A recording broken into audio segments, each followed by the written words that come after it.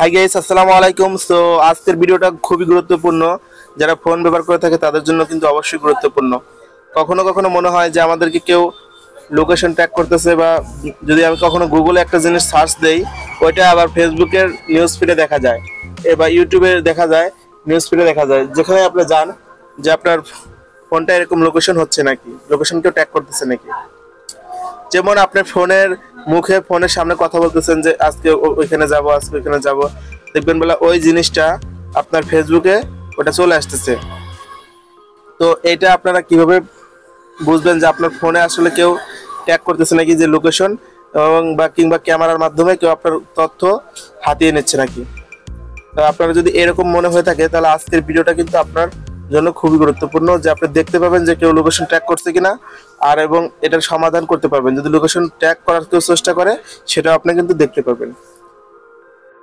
So তাহলে বন্ধুরা, চলুন ভিডিওটি শুরু করা যাক।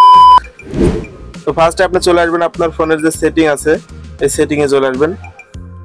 তো সেটিং আসার পরে একটু নিচের দিকে স্ক্রল ডাউন করে চলে আসবেন। তো আসার পরে এখানে দেখতে পাচ্ছেন গুগল লেখা।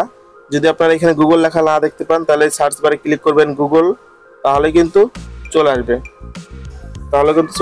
যে উপরে চলে আসতে দেখতে পাচ্ছেন যে গুগল। সো গুগলের উপরে একটি ক্লিক করে দিবেন। তারপরে এই যে এখানে দেখতে পাচ্ছেন অল সার্ভিস, যে অল সার্ভিস লেখাটা দেখতে পাচ্ছেন, এই অল সার্ভিসের উপর ক্লিক করবেন। তো অল সার্ভিসের উপর ক্লিক করার পরে একটু স্ক্রল ডাউন করে নিচের দিকে আসবেন। নিচের দিকে আসার পর এই দেখেন যে লেখা আননোন ট্র্যাকার অ্যালার্টস। আননোন মানে অপরিচিত কেউ আপনাকে যদি লোকেশন ট্র্যাক করতে চায়, বা আপনার কথা যদি ট্র্যাক করতে চায়, তাহলে আপনার এটার উপর একটা এটা দেখতে পারবেন, আননোন ট্র্যাকার অ্যালার্টস, এর উপর ক্লিক করবেন। তো দেখতে পাচ্ছেন এখানে কিন্তু আমার এটা অন করা আছে, আপনাদের এটা অফও থাকতে পারে। যদি এটা অফ থাকে, তাহলে আগে এটা অন করে দিবেন। তো এখানে দেখতে পাচ্ছেন নো ট্র্যাকার অ্যালার্টস, মানে কেউ আমাকে ট্র্যাক করে নাই। এখন এই যে ম্যানুয়াল স্ক্রিন নাও দেখতে পাচ্ছেন, এই স্ক্রিন নাওর উপর ক্লিক করবেন। জাস্ট কয়েক সেকেন্ড এখানে ওয়েট করবেন, যে স্ক্রিন হচ্ছে স্ক্রিনিং। তো দেখতে পাচ্ছেন নো ট্র্যাকার্স ডিএক্টিভ, যে আমাকে কিন্তু কেউ মানে লোকেশন ট্র্যাক করার চেষ্টা করে নাই, বা এটা আপনার চেষ্টা করলে এখানে কিন্তু দেখা যেত। তো এটা গেল। তো তারপরে আবার আপনার ব্যাগে আসবেন। ব্যাগে আসার পরে এই যে এখানে আর উপরের দিকে আবার যাবেন।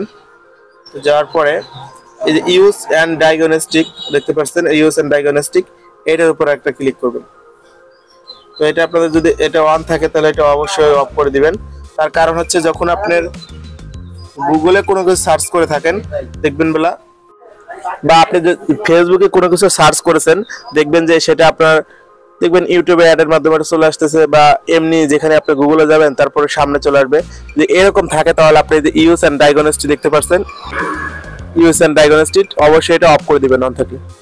তো এটা গেল।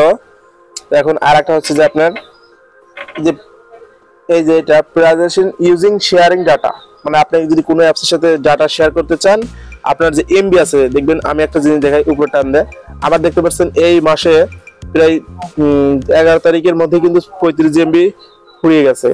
সো এই এমবি গুলো আপনার কখনো আপনি বুঝতে পারেন না, যে আপনার চালান হচ্ছে একটু, যে একটা দুইটা টিকটক দেখেন যে 500 এমবি নাই, 600 এমবি নাই, বা আপনি একটু ফেসবুক স্ক্রল ডাউন করেছেন, দেখবেন যে 300-400 এমবি নাই, আর আপনার ধারণা যে 50 এমবি 40 এমবি যাওয়ার কথা, এখানে এত এমবি কাটলো কিভাবে।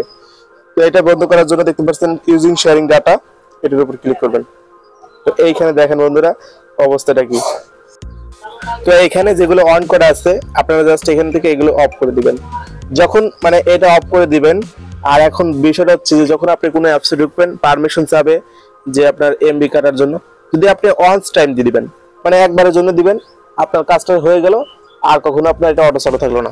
আর এটা অটো চালু থাকলে কিন্তু আপনার যখন এমবি ডাটা চালু করেন, সাথে সাথে কিন্তু এমবি কেটে নিয়ে যায়। তো এখানে এই 3টি সেটিংই ছিল। তো আশা করছি ভিডিওটা আপনারা খুব সহজেই বুঝতে পারছেন। আর যদি বুঝতে সমস্যা হয়, অবশ্যই কমেন্ট বক্সে জানাবেন।